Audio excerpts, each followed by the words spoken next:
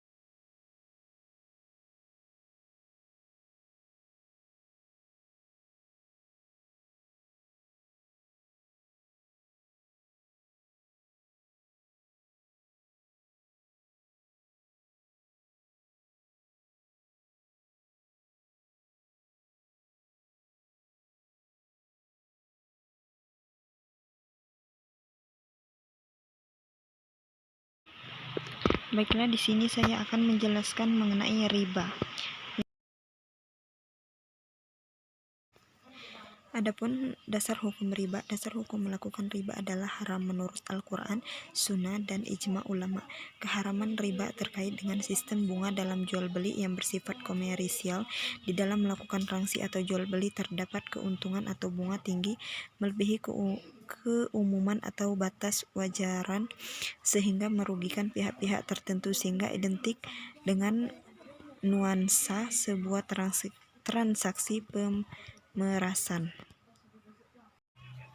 Adapun macam-macam riba, para ulama fikih membagi riba menjadi 4 macam, yaitu yang pertama, riba fadli. Riba fadli adalah tukar menukar atau jual beli antara dua buah barang yang sama jenisnya namun sama ukurannya, yang disyaratkan oleh orang yang menukarnya atau jual beli yang mengandung unsur riba pada barang sejenis dengan adanya tambahan pada salah satu benda tersebut. Sebagai contoh adalah tukar menukar emas dengan emas atau beras dengan beras, dan ada kelebihan yang disyaratkan oleh orang yang menukarkan. Kelebihan yang disyaratkan itu disebut riba fadl. Supaya tukar menukar seperti ini tidak termasuk riba, maka harus ada 3 syarat, yaitu barang yang ditukarkan tersebut harus sama, timbangan atau takarannya harus sama, serta terima pada saat itu juga. Riba nasiah yaitu mengambil keuntungan dari pinjaman meminjam atau tukar menukar barang yang sejenis maupun yang tidak sejenis karena adanya keterlambatan waktu pembayaran. Menurut ulama Hanasyah, riba nasiah adalah memberikan kelebihan terhadap pembayaran dari yang ditunggukan, memberikan kelebihan pada benda dibandingkan untung pada benda ditakar atau yang ditimbang yang berbeda jenis atau selain yang ditakar dan ditimbang yang sama jenisnya. Maksudnya adalah menjual barang dengan sejenisnya tetapi yang satu lebih banyak yang pembayaran diakhirkan, seperti menjual 1 gram beras dengan 1/2 kilogram beras dibayarkan setelah 2 bulan kemudian. Kelebihan pembayaran yang disyaratkan inilah. Adapun riba kardi adalah meminjamkan sesuatu dengan syarat ada keuntungan atau tambahan dari orang yang meminjam. Misalnya, Andi meminjam uang kepada Arman sebesar 500.000. Kemudian Arman mengharuskan kepada Andi untuk mengembalikan uang itu sebesar 550. Inilah yang disebut riba kardi.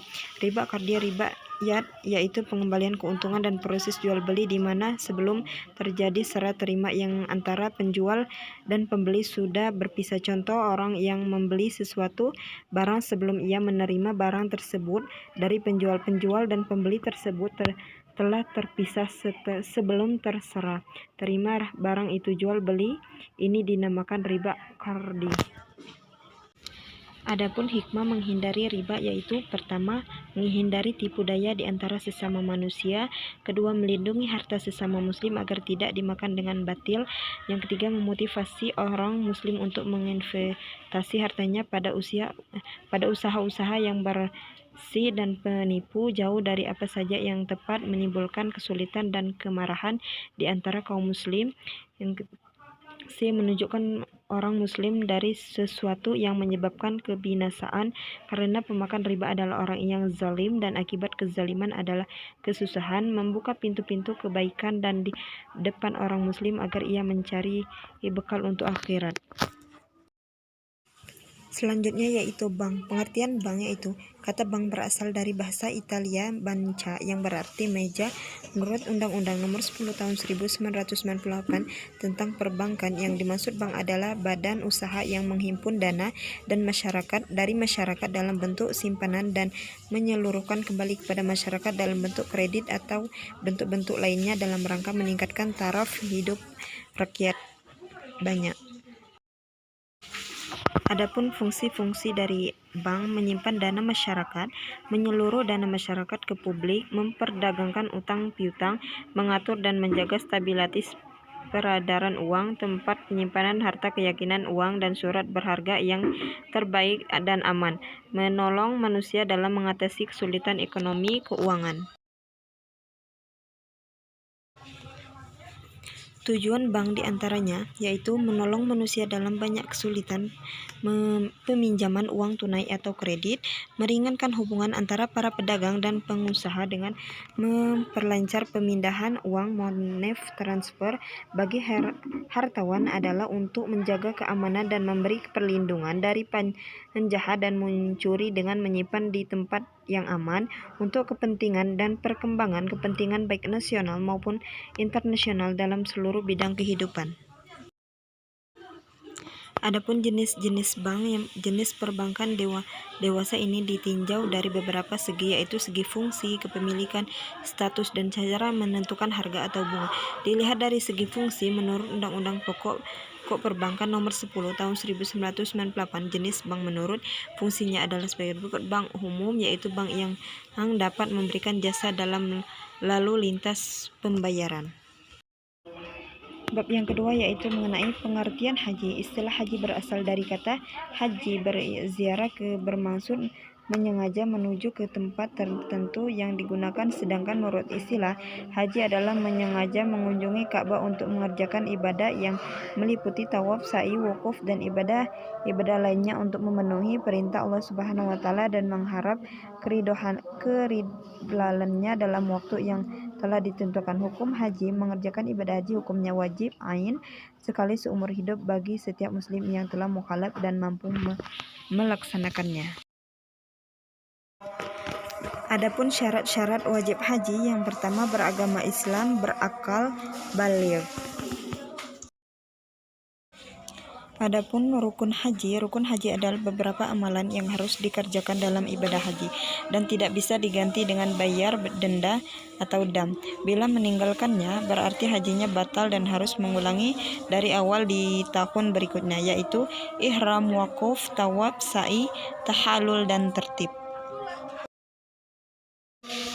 Adapun mikat haji: mikat artinya waktu dan tempat juga berarti tempat. Maksudnya waktu dan tempat yang ditentukan untuk mengerjakan ibadah haji. Mikat ada dua, yaitu mikat zamani dan mikat makani. Adapun muharamat haji dan dam atau denda. Muharamat haji adalah perbuatan-perbuatan yang dilarang selama mengerjakan haji. Meninggalkan muharamat haji termasuk wajib haji. Jadi apabila salah satu muharamat itu dilanggar, wajib atas orang yang melanggarnya membayar dam. Adapun sunnah haji, di samping sunnah-sunnah yang telah disebutkan dalam materi rukun dan wajib haji, terdapat juga perbuatan yang termasuk sunnah haji, diantaranya adalah membaca talbiyah, melaksanakan tawaf kudum. Adapun tata cara melaksanakan ibadah haji, ihram, wakuf di padang Arafah, mabit di Muzdalifah, melempar jumroh dan tawaf ifadah. Selanjutnya yaitu umroh. Pengertian hukum dan waktu umroh. Menurut pengertian bahasa Sunda berarti ziarah. Dalam pengertian syar'i, umroh adalah ziarah ke Ka'bah, tawaf, sa'i, dan memotong rambut. Adapun syarat rukun dan wajib umroh, syarat umroh sama dengan syarat dalam ibadah haji. Sedangkan rukun umroh agar berbeda dengan rukun haji. Rukun umroh meliputi ihram atau niat, tawaf, sa'i, mencukur rambut, tertib antara keempat rukun di atas. Wajib umroh hanya dua, yaitu berihram dan miqat, menjauhkan diri dari muharramat umroh, jenis dan banyaknya sama dengan muharramat haji. Adapun dari hikmah umroh dan haji, yaitu barang orang yang melaksanakannya mempertebal iman dan takwa kepada Allah Subhanahu wa taala. Ibadah haji syarat dan pengalaman ibadah, sehingga dari sana akan dapat mengambil banyak pelajaran yang berharga, mentasbihkan sik mental, menumbuhkan semangat berkorban untuk ibadah haji, mengenal tempat-tempat yang bersejarah yang ada hubungannya dengan haji atau beriman, dan yang lainnya. Bab selanjutnya yaitu mengenai ibadah korban. Pengertian korban. Korban menurut bahasa berasal dari kata berarti dekat, sedangkan menurut syariah korban berarti hewan yang disembelih dengan niat berlimpah untuk mendekatkan diri kepada Allah Subhanahu wa taala dengan syarat-syarat dan waktu tertentu, disebut juga udhiyah. Hukum korban. Berkorban merupakan ibadah yang disyaratkan bagi keluarga muslim yang mampu. Hukum korban menjadi wajib apabila korban tersebut dinazarkan. Menurut Imam Maliki, apabila seorang membeli hewan dengan niat untuk berkorban, maka ia wajib menyembelihnya. Latar belakang terjadinya ibadah korban di dalam Al-Quran telah terdokumentasi secara nyata ketika Nabi Ibrahim alaihissalam bermimpi menyembelih putranya yang bernama Ismail alaihissalam sebagai persembahan kepada Allah Subhanahu wa taala. Mimpi itu kemudian diceritakan kepada Ismail alaihissalam, dan setelah mendengar cerita itu, ia langsung meminta agar sang ayah melaksanakan sesuai mimpi itu, karena dia yakin benar-benar datang dari Allah Subhanahu wa taala.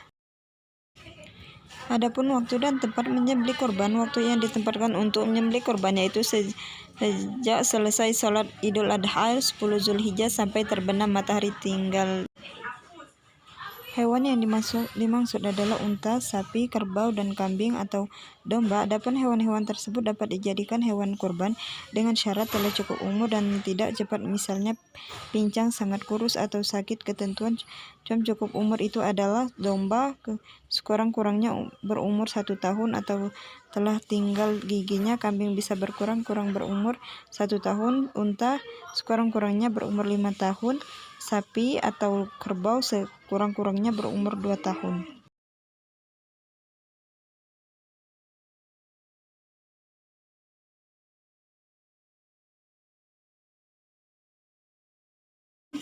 Adapun manfaat daging korban, ibadah korban bertujuan untuk mendekatkan diri kepada Allah Subhanahu wa taala, memperoleh keridhaannya, dan selain itu juga sebagai ibadah sosial untuk menyentuh orang-orang yang lemah. Daging korban sebaiknya dibagikan kepada fakir miskin, daging mentah dengan ketentuan sebagai berikut untuk berkorban dan kekurangannya 2/3 untuk fakir miskin, 3/1/3 untuk hadiah kepada masyarakat sekitar atau disimpan agar sewaktu-waktu bisa dimanfaatkan.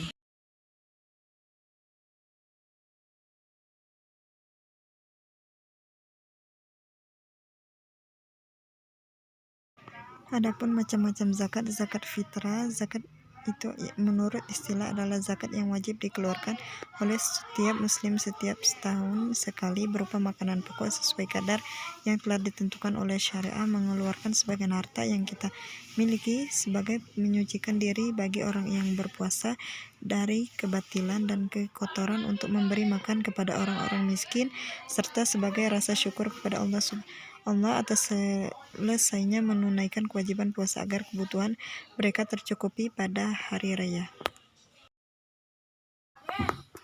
Adapun syarat wajib zakat terdiri atas Islam lahir sebelum terbenam matahari pada hari penghabisan bulan Ramadan, memiliki kelebihan harta dan keperluan makanan untuk dirinya sendiri dan untuk wajib dimanfaatkan. Waktu dan hukum membayar zakat antaralah waktu yang dibolehkan yaitu dari awal Ramadan sampai penghabisan Ramadan. Waktu wajib yaitu mulai terbenam matahari penghabisan Ramadan. Waktu yang lebih baik sunnah yaitu dibayar sesudah sholat subuh sebelum pergi sholat hari raya. Syarat harta yang wajib dikeluarkan zakat. Harta tersebut harus dapat dengan cara yang baik, halal. Harta tersebut berkembang dan berpotensi memiliki penuh, mencapai nisab, sudah terpenuhi kebutuhan pokok. Sekian penjelasan materi dari saya akhiri. Wassalamualaikum warahmatullahi wabarakatuh.